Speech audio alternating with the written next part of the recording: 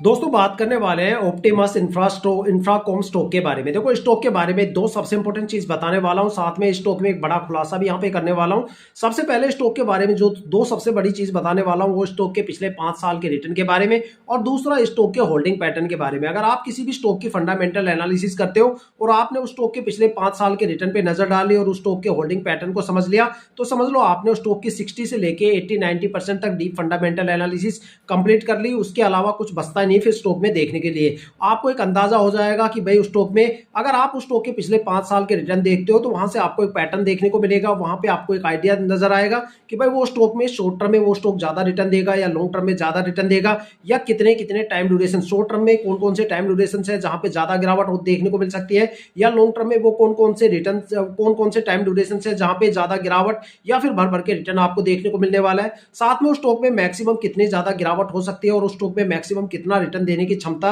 उस स्टॉक में अवेलेबल है। साथ में होल्डिंग पैटर्न काफी ज्यादा जरूरी होता है। देखो मैं किसी भी स्टॉक में इन्वेस्टमेंट करने से पहले वहां पे प्रमोटर की होल्डिंग 50% या उससे ज्यादा देखता हूं। अगर इससे नीचे अगर प्रमोटर की होल्डिंग होती है तो वहां पे रिटर्न्स काफी गिर जाते हैं और स्ट्रेस लेवल बढ़ जाता है। साथ में जिस स्टॉक के अंदर प्रमोटर की होल्डिंग 70-80 या 90% से ज्यादा होती है, समझ लो वो स्टॉक जल्दी ही मल्टीबैगर भी बन सकता है और लॉन्ग टर्म तक वो आपको एक अच्छा खासा भर भर के रिटर्न देने वाला है, क्योंकि प्रमोटर कंपनी के साथ लॉन्ग टर्म तक रुके रहते हैं और वो धीरे धीरे करके अपनी होल्डिंग को रिलीज करते हैं। और सबसे इंपॉर्टेंट चीज, जिस स्टॉक में एफआईआई की होल्डिंग सबसे ज्यादा रहेगी समझ लो वहां पे गिरावट भी आपको सबसे ज्यादा देखने को मिलेगी। अगर एफआईआई की होल्डिंग ज्यादा रहेगी तो समझ लो जिस टाइम गिरावट का सिलसिला शुरू होगा वहां पे आपको सबसे बड़ी गिरावट देखने को मिलेगी, क्योंकि